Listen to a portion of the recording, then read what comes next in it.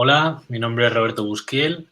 En primer lugar, me gustaría agradecer al comité organizador del Tercer Congreso Internacional de Educación de la República Argentina por haber contado conmigo en este gran evento formativo y educativo. Antes de empezar con mi intervención, me gustaría hacer una pequeña presentación sobre mí. Actualmente soy maestro de educación infantil y educación primaria. Además, coordino la innovación pedagógica del centro en el que desarrollo mi labor docente. También formo parte del equipo MIAC, Maestros Innovadores Alumnos Competentes, que es una plataforma educativa, un entorno de aprendizaje en red, en la que, bueno, pues en la que compartimos con muchos docentes nuestras inquietudes y nuestras preguntas que nos hacemos sobre la educación del siglo XXI. Mi intervención en este congreso girará en torno a cómo aplicar la metodología del aprendizaje cooperativo tras la situación que nos ha tocado vivir. Creo que tenemos un gran reto. Hemos tenido un distanciamiento de nuestro alumnado provocado por el COVID-19 y voy a explicaros un poquito cómo, desde mi experiencia, haría una implementación de esta metodología para que sea un proyecto sólido y se mantenga a lo largo del tiempo. Y antes de empezar a hablar del aprendizaje cooperativo, me gustaría plantearos estas 4 preguntas. Para cualquier tipo de innovación o cualquier tipo de implementación de proyecto en un centro, todo docente debemos partir del por qué queremos hacer esto, por qué necesitamos este cambio, para qué queremos implementar, en este caso, una metodología cooperativa, qué objetivos nos queremos marcar, qué acciones vamos a desarrollar y cómo lo vamos a implementar.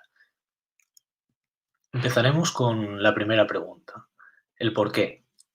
En estos 10 últimos años que llevo trabajando y poniendo en práctica esta metodología, el, el por qué me ha llevado a ello, el por qué me ha llevado a este cambio de pasar de una metodología tradicional, individualista, competitiva, a una metodología cooperativa, está marcada por una serie de problemas que he detectado en el aula. Entre ellos podemos destacar el aprendizaje unidireccional. El aprendizaje unidireccional en la que el maestro es el protagonista del aprendizaje y es el que lleva la voz cantante durante todo el tiempo en el aula. Entonces, esto es un problema en el que tenemos que hacer hincapié y tenemos que convertir ese aprendizaje en un aprendizaje tridireccional, en la que el alumno también aprenda de los propios compañeros, en la que el docente también aprenda de los alumnos y en la que los alumnos aprendan del docente. Otro problema que detectamos es la falta de pensamiento crítico. No fomentamos un pensamiento crítico cuando tenemos al alumnado ausente en el aula, cuando solo es un agente pasivo, donde recibe mucha información, pero no le damos pie a que pueda compartir esos pensamientos sobre esa información que está recibiendo. Otro problema que detectamos es la desmotivación en el alumnado, porque es una educación en la que reciben, como he dicho anteriormente, mucha información, pero no le damos la oportunidad de que aprendan haciendo y que se motiven a la hora de interactuar con otros compañeros. También este tipo de aprendizaje, el aprendizaje individualista y competitivo, hace que nuestro alumnado no genere interacciones positivas o una interdependencia positiva con otros compañeros. Otro problema detectado en el sistema tradicional es la baja participación. Solo tenemos una serie de alumnos que son los que más participan en el aula, los que diríamos, entre comillas, los más listos, los que siempre quieren o levantan la mano, pero ¿qué ocurre con el resto de alumnos que no les damos la oportunidad de ayudarse entre ellos y de que sean escuchados? Además, también esta metodología tradicional da pie a que solo aprendamos o solo aprendan nuestros alumnos solo contenidos. Mm, con estos problemas detectados, con esta investigación sobre la práctica educativa, sobre la práctica docente en el aula, partimos para dar respuesta también a esta siguiente pregunta, ¿no? Al para qué. ¿Qué objetivos me quiero marcar a partir de estos problemas? ¿Qué quiero conseguir a lo largo de estos años o a lo largo de estos pasos que voy a dar con este cambio? Y para ello, los objetivos que nos marcamos, o que en su momento yo me marqué a la hora de aplicar esta metodología, fueron los siguientes. En primer lugar, aumentar la motivación del alumnado a la hora de aplicar estructuras cooperativas o a la hora de trabajar en equipo. El alumnado mejora, mejora esa motivación con los compañeros. También es importante el aprendizaje y la mejora de las habilidades sociales, que nuestros alumnos sean capaces de escucharse, de pedir permiso para hablar o de levantar la mano a los propios compañeros, de mirarse a los ojos. También es importante marcarnos un objetivo de generar interacciones positivas, de que cuando planteamos una pregunta demos esa oportunidad de que al trabajar en equipo nuestros alumnos puedan interactuar. Es importante también aprender a escuchar, es importante también gestionar mejor las ayudas, dar la oportunidad a que los alumnos se puedan ayudar entre ellos en los equipos cooperativos. También todos estos objetivos y estas metas que nos marcamos como docentes nos llevan a una enseñanza más personalizada, ya que el alumno sea el propio protagonista de su propio aprendizaje. Quiero decir con esto pues que fomentemos la autorregulación, generando diferentes itinerarios, diferentes caminos en los que el alumno se sienta cómodo a la hora de aprender. Una vez tenemos marcados estos objetivos que hemos desarrollado a partir de las necesidades de los problemas que hemos encontrado, pasaríamos a una tercera pregunta, que es el qué.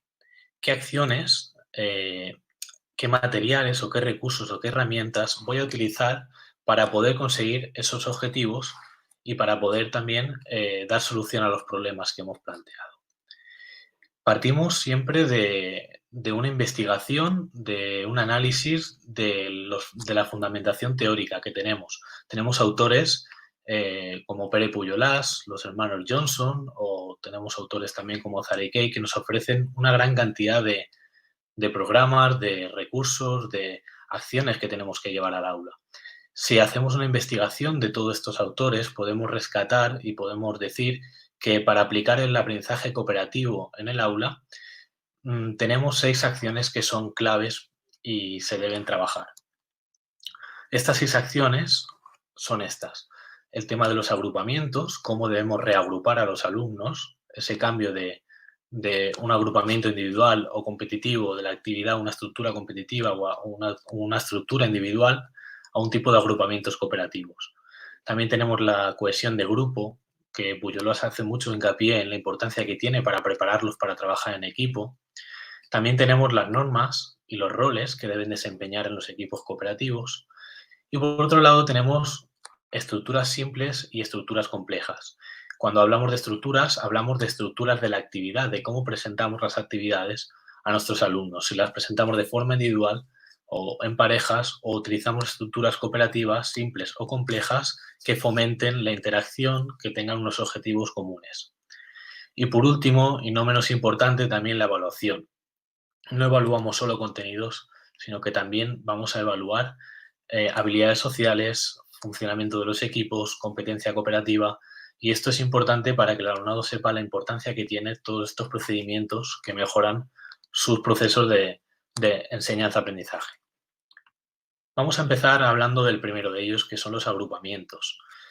Pujolàs nos habla de 3 tipos de estructuras. Hemos mencionado antes la estructura individualista, la estructura cooperativa y la estructura competitiva y la estructura cooperativa. En una estructura de la actividad individualista, el alumno trabaja solo, el alumno no se fija en lo que hacen los demás, incluso consigue los objetivos aunque los demás no lo consigan. En una estructura competitiva lo consiguen si los demás no lo consiguen, y además de trabajar solos no quieren saber o no quieren que los demás sepan lo mismo que ellos. En cambio, cuando la estructura de la actividad, el agrupamiento es cooperativo, además de conseguir sus objetivos, ayudan a que los otros compañeros también los puedan conseguir. Por eso he puesto en este primer punto que los alumnos se ayudan y se animan a la hora de trabajar, de tener un agrupamiento cooperativo. También contribuyen al aprendizaje de sus compañeros y consiguen el objetivo si los demás también lo hacen. Tenemos 3 tipos, podemos hablar de 3 tipos de agrupamientos: los agrupamientos informales, los equipos informales, los equipos formales o los agrupamientos base. La diferencia entre cada uno de ellos es muy sencilla. Un agrupamiento informal es los agrupamientos que se hacen de forma esporádica para que los alumnos desarrollen una actividad o trabajen una actividad. Son los grupos que menos tiempo duran. Los agrupamientos formales son los grupos que hacemos para que trabajen un proyecto o una unidad didáctica sobre una área específica. Y por último tenemos los modelos de agrupamiento de equipos base. Aquí me fijo mucho en los criterios de heterogeneidad que nos presenta Pere Pujolàs. Nos dice que este tipo de agrupamientos tiene que tener una duración de un trimestre a un año académico. Y este equipo ya no solo tienen que trabajar, desarrollar las actividades en equipo, sino que además tienen la función de aprender a trabajar en equipo. Es lo que hablamos del aprendizaje cooperativo como un contenido a enseñar. Aquí entra el funcionamiento de los equipos, los planes de equipo para valorar cómo están trabajando, que todo ello hablaremos después en la evaluación. Pasamos al siguiente punto, a la siguiente acción, que es la cohesión de grupo.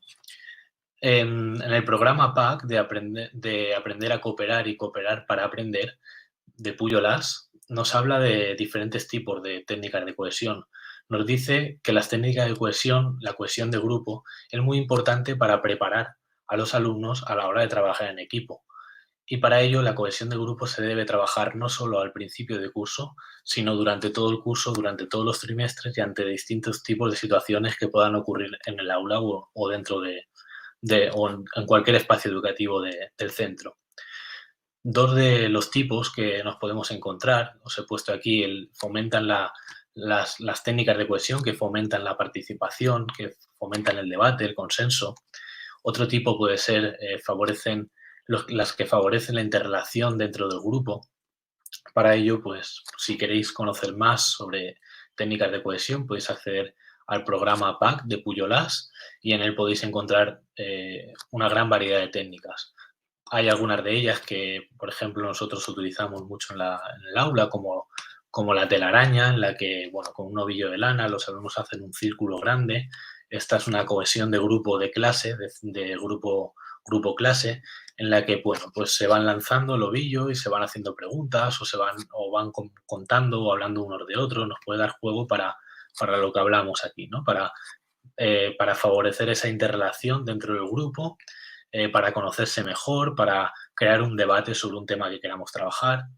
Hay otra también, como el blanco y la diana, que esta sí que es una cohesión de grupo que se hace por equipos cooperativos, en la que, bueno, a través de una diana, cada uno en una cuarta parte de esa diana, pues van anotando sus habilidades, sus fortalezas, sus debilidades, sus gustos, y así el equipo base que trabajará durante todo el trimestre, durante todo el curso, se va conociendo mejor y va conociendo a sus propios compañeros. Posteriormente pueden contar al resto de equipos lo que han puesto o lo que han compartido. Pasamos a la tercera acción, que está relacionado con las normas y los roles. Es importante, a la hora de utilizar las normas, cuando hablamos de normas de equipo, que sirven para toda la clase, pero son unas normas que se tienen que gestionar. No son las típicas normas que cuando empezamos un curso las ponemos en la pared del salón de la clase y ahí se quedan, pero no se trabajan, no se explican, no se interiorizan, no se entrenan. Y estas normas de equipo tenemos que entrenarlas, tenemos que hacer una gestión de ellas, tenemos que poner ejemplos, tenemos que practicar con los alumnos. Por ejemplo, en las tutorías puede ser un buen momento para esta acción. Y luego, cuando hablamos de los roles, también tenemos que introducirlos, también hay que practicarlos. Hablamos de roles cooperativos con una serie de responsabilidades. Un equipo de 4 alumnos, cada uno de ellos tiene un rol, puede ser un portavoz, coordinador, puede ser un moderador. Cada uno de estos roles tendrá unas responsabilidades. Estos roles van a ser rotativos, se van a trabajar y lo que queremos es que los alumnos interioricen esas responsabilidades para que cada vez pues, sean más autónomos, autorregulen mejor el funcionamiento del equipo y el clima de la clase sea más positivo. Es importante que cada cierto tiempo, como he comentado, estos roles vayan rotando, que todos tengan todo el equipo base vaya asumiendo todas las responsabilidades de los distintos roles. Y además también es importante que tanto las normas como los roles a través de planes de equipo o de herramientas de evaluación, los alumnos puedan tener una autoevaluación y coevaluación con sus equipos de cómo se están desempeñando. Detectar si hay algún compañero que no está explicando bien, que no está desempeñando bien una responsabilidad, como por ejemplo puede ser la del portavoz de comunicarse con el docente cuando hay un problema, o la responsabilidad del coordinador, que puede ser la persona que organice un poco la actividad, o podemos hablar también de un moderador, que es el que se encarga de que el nivel de ruido, el silencio a la hora de trabajar en equipo esté siempre presente con su equipo, y eso es importante. Trabajar, introducir los roles, practicarlos, entrenarlos, que atiendan a las necesidades que nos encontramos en el aula. Y también es importante destacar que no siempre tienen por qué ser los mismos roles, siempre los mismos roles, pero no siempre las mismas responsabilidades. Estas tienen que ir acorde a la necesidad que tienen nuestros alumnos, por tanto podemos ir cambiándolos. Y pasamos ahora a una cuarta acción, que son las estructuras simples. ¿Para qué utilizamos las estructuras simples? Tenemos un autor, a Spencer Kagan, que es especialista, ha basado su proyecto, su programa en el uso de este tipo de estructuras para desarrollar una actividad cooperativa. Este tipo de estructuras ayudan a que los alumnos aprendan juntos, a que mejoren las interacciones, a que se ayuden unos a otros a la hora de aprender, a que también tengamos en clase una participación más equitativa. Hablábamos de que en la educación tradicional, en el sistema tradicional, la participación es muy baja por parte de algunos alumnos. A través de este tipo de estructuras, cuando planteamos una actividad con una estructura simple, como puede ser 1, 2, 4 o lápiz al centro, luego os explicaré un poquito cómo funcionan estas actividades, conseguimos que todos tengan participación, todos tengan su parte de responsabilidad individual. Y esto es importante. Es uno de los puntos del aprendizaje cooperativo. Debe haber una responsabilidad individual por parte de todos los alumnos para que se puedan conseguir los objetivos comunes. Algunas estructuras simples que utilizamos para plantear alguna serie de ejercicios o actividades en el aula pueden ser 1, 2, 4, en la que planteamos, por ejemplo, un problema a nuestros alumnos y en un primer tiempo, en uno, los alumnos lo que harían es trabajar ese problema en silencio, desde su pensamiento, sin poder interactuar con otros compañeros. En el turno 2, con su pareja de hombro, crearían o generarían un debate, llegarían a un consenso sobre la respuesta que ha puesto cada uno. Y por último, en el turno 4, tendrían que llegar a un acuerdo todo el equipo. Bueno, pues esto es un ejemplo de estructura simple que se puede utilizar para resolver problemas o para cualquier pregunta que podamos plantear a nuestros alumnos. Luego hay otro tipo de estructura simple, como lápices al centro o folio giratorio. Por ejemplo, lápices al centro, los alumnos tendrían una primera fase en la que colocarían los lápices en el centro de la mesa y podrían hablar, podrían debatir sobre el problema o sobre la actividad que están resolviendo. Y cuando cogen el lápiz, cada uno de forma individual tendrían que escribir su aportación. Por tanto, estaríamos cumpliendo con esa responsabilidad individual del alumno. Cada uno es responsable de aportar, de la información que ha recibido del grupo, de aportar su parte. O folio giratorio, que simplemente es una estructura muy simple, que es un folio que va girando por todo el grupo y cada uno va añadiendo, pues, para crear una historia o para rodear, depende del curso escolar, o para rodear palabras o rodear lo que podamos pedir a los alumnos. Y esto es un poco el resumen de las estructuras simples. ¿Qué diferencia hay entre estructuras simples y estructuras complejas? Las estructuras complejas son estructuras que tienen una mayor duración. Podemos utilizarlas para trabajar toda una unidad didáctica, o podemos utilizarlas para desarrollar un proyecto. En este caso os he puesto dos: el puzzle de Aronson, que es una de las más conocidas, y la técnica de equipos de ayuda mutua. Es importante tener en cuenta que cuando ponemos en marcha estas estructuras, el alumno debe dominar primero cómo trabajar una estructura simple. Una vez tiene ese dominio y esa autonomía para trabajar estructuras simples con su equipo de trabajo, podemos pasar a este tipo de estructuras complejas. El puzzle de Aronson es una estructura en la que se reparte una unidad didáctica, los puntos que vamos a trabajar se reparte entre los miembros de un equipo y cada uno de ellos es responsable de una parte. Es un puzzle porque cada una de las partes es importante. Si un alumno su parte no la trabaja o no la explica bien a sus compañeros, el equipo va a quedar, le va a faltar una pieza muy importante y necesaria para cumplir con la interdependencia positiva. Cada uno se necesita para poder llegar al objetivo común. Una vez cada uno tiene su parte, se prepararía los materiales, prepararía la explicación, prepararía las actividades o las pruebas de evaluación que quiere hacer a sus compañeros y una vez ya cada uno ha preparado, harían unos agrupamientos que serían los agrupamientos de expertos en los que cada miembro de un equipo que ha preparado, por ejemplo, el contenido A, se van a juntar para aportar ideas, para compartir ideas, para decir cómo lo han preparado y cómo lo van a hacer con sus compañeros. Y después de esa fase de grupos de expertos volverían a juntarse con sus equipos base para poder explicar a su equipo cada una de las partes que han preparado. Y así darles un tiempo para que cada miembro del equipo explique el contenido A, el contenido B, el contenido C y el contenido D. De este modo, el profesor o el tutor que está con ellos acompaña todo este seguimiento, escuchando, visualizando cómo van trabajando, pero sobre todo es una técnica que se le da mucha autonomía a los alumnos para que trabajen de forma autónoma, ¿no?, con el resto de sus compañeros. Luego tenemos la técnica de equipos de ayuda mutua, que es una técnica también compleja que combina una enseñanza individualizada y una enseñanza cooperativa. ¿Qué quiere decir esto? Quiere decir que todos los alumnos tienen un plan de trabajo personalizado con unos objetivos y con unas actividades a desarrollar. Todos van a trabajar sobre los mismos contenidos, pero los objetivos no van a ser los mismos para todos. Podemos personalizar esos planes a los distintos niveles que tenemos en el aula, igual que las actividades.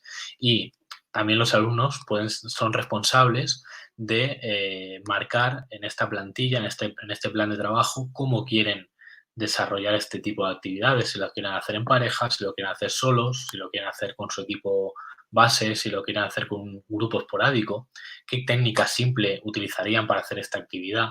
Por ello, esta técnica, esta estructura compleja requiere ya una maduración de las estructuras simples, de un dominio de la competencia cooperativa por parte del alumnado. Por último, y ya vamos a la última acción, que es la evaluación. A la hora de evaluar el aprendizaje cooperativo tenemos dos aspectos importantes. El primero de ellos es la competencia cooperativa del alumnado y por otro lado tenemos el funcionamiento de los equipos. Cuando hablamos de la competencia cooperativa, evaluamos la competencia individual de cada alumno. Quiere decir esto que a través de rúbricas o listas de cotejo, el docente o los propios compañeros son los que tienen que evaluar los ítems de cooperación que los alumnos están desarrollando. Por ejemplo, si están trabajando con la estructura, por ejemplo, puzzle de Aronson y están haciendo sus explicaciones, el docente a través de una rúbrica puede evaluar si el alumno tiene una escucha activa, cuál es el tono de voz que está empleando, si tiene claro los puntos que tiene que tratar, si ha preparado el material. Entonces, estoy haciendo una evaluación individualizada a cada alumno de su competencia, de cómo está trabajando su competencia cooperativa con el resto de compañeros. Y las listas de cotejo también nos sirven para evaluar cómo se está desempeñando la técnica. Si, por ejemplo, quiero desarrollar una técnica simple, quiero poner en práctica una técnica simple de lápices al centro, con una lista de cotejo puedo ver si el alumno está cumpliendo con cada una de las partes, si cuando deja el lápiz al centro está generando un debate con sus compañeros, si cuando lo coge respeta el silencio, trabaja su parte, si cumple con su responsabilidad. Por tanto, todo esto también lo podemos evaluar dentro de la competencia cooperativa. Y otra parte importante de la evaluación en el aprendizaje cooperativo es el funcionamiento de los equipos. Esto lo podemos evaluar a través de los planners de equipo que hemos mencionado antes, en la que los alumnos cada cierto tiempo tienen un espacio para poder evaluarse entre ellos, para ver cómo han desempeñado los roles, las responsabilidades, para ver qué cosas como equipo están trabajando bien, qué cosas tienen que mejorar, para marcarse unos objetivos comunes, para revisar si esos objetivos los han cumplido o no. Y todo esto se trabaja a partir de los planes de equipo. Pero también tenemos otro tipo de herramientas que evalúan el funcionamiento de los equipos, como puede ser un diario reflexivo, en la que los equipos vayan reflejando las cosas que ocurren, ¿no?, a lo largo del día, o en una actividad o en un proyecto. Si hay algo que no ha funcionado, lo reflejan. El diario de equipo o los anecdotarios, que es otro tipo de herramienta donde apuntan anécdotas que pasan en sus equipos. Esto es como un portfolio que nos puede ayudar después a obtener mucha información de cómo están trabajando los propios alumnos. Pues esto sería un poco el resumen, muy resumido, de las 6 acciones y de la importancia que tienen cada una de ellas para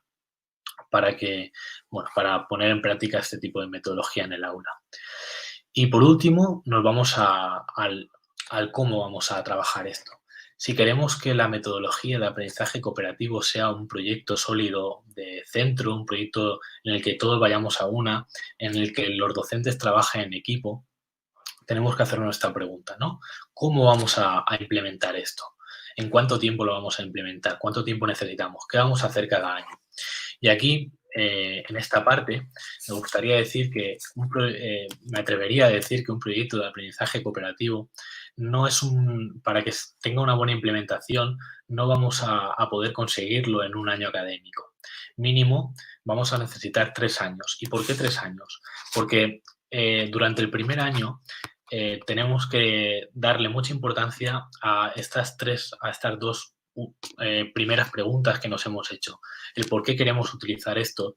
Los docentes tenemos que detectar esos problemas que nos estamos encontrando en el aula para que se produzca el cambio. Si no somos conscientes de lo que está ocurriendo y no encontramos esa necesidad, es muy difícil que nos podamos marcar esos objetivos. Una vez nos marcamos esos objetivos en ese primer año, pasaríamos a hacer una investigación de las diferentes fuentes que podemos encontrar sobre el aprendizaje cooperativo, autores, como he mencionado algunos de ellos. En un segundo año tendríamos que presentar toda esta investigación y todas estas acciones, materiales, todos los recursos que hemos desarrollado, herramientas, lo presentaríamos al claustro docente. Elaboraríamos estos materiales, haríamos una pequeña formación con ellos, pondríamos en práctica con los propios docentes también las estructuras simples, las complejas, haríamos diseños de unidades didácticas cooperativas y en un tercer año, y aquí entra ya los 3 documentos que os he puesto aquí, los acuerdos mínimos, el seguimiento de las líneas de acción y el cuestionario individual. En un tercer año tenemos que tener unas herramientas de evaluación docente que nos ayuden a sistematizar y a que este proyecto pues tenga una duración a lo largo del tiempo y que todos pues vayamos con los mismos acuerdos, ¿no? Os propongo un documento de acuerdos mínimos que se podría hacer de forma trimestral, en la que al principio del trimestre cada equipo docente por cursos o por ciclos podrían llegar a unos acuerdos de las 6 acciones, ¿no? ¿Qué tipo de agrupamientos vamos a hacer? ¿Cómo hemos hecho los agrupamientos para este trimestre? ¿Qué equipos base hemos hecho? ¿O qué técnicas de cohesión vamos a trabajar de forma trimestral? ¿O qué normas y qué roles vamos a desempeñar? ¿Qué necesidades hay en primero de primaria o qué necesidades hay en quinto o en tercero? También qué tipo de estructuras simples, primero las vemos, estudiamos cuáles pueden ser viables en nuestra aula, en nuestro curso, las elegimos y también las estructuras complejas, igual que las herramientas de evaluación. Por tanto, hay que llegar a unos acuerdos mínimos en los equipos docentes que de forma trimestral se tienen que revisar. Siguiente documento sería el seguimiento de esas líneas de acción.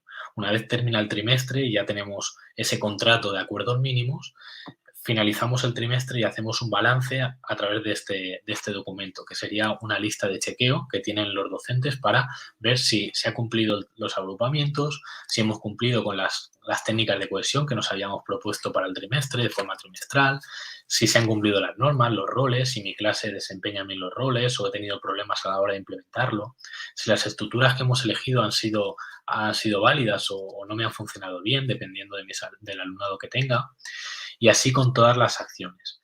Y por último, el cuestionario individual. Es interesante que de forma anual también pasemos un cuestionario, sobre todo para ver el sentir de los docentes, para ver cómo están de implicados con este proyecto. Para ello, en este cuestionario podemos hacer una valoración muy personal de cada uno de ellos con sus tutorías, con sus clases, en las que podrían reflejar de forma objetiva o podrían reflejar también hacer una evaluación cualitativa de qué me ha funcionado en mi aula, qué necesitaría para que funcione mejor o que esta estructura por qué me ha servido, por qué no, qué me ha pasado con la evaluación. Haríamos una serie de preguntas en este cuestionario que ayudaría a los equipos directivos, a los equipos de innovación, ayudaría a ver cómo se está desempeñando el proyecto que quiero implementar a largo plazo. Y esto sería, en general, todo el resumen de cómo hacer una implementación de un proyecto de aprendizaje cooperativo en un centro a corto, a medio y a largo plazo. Y como vamos muy justito de tiempo, simplemente para terminar, decir, bueno, que como decía Pujolás en sus intervenciones, un sueño cuando es un sueño individual, un sueño de una persona, se queda en un simple sueño, pero cuando un sueño es compartido se convierte en una bonita realidad. Y ahí está el aprendizaje cooperativo y el trabajo en equipo. Muchísimas gracias por vuestra atención y espero que os haya gustado esta presentación.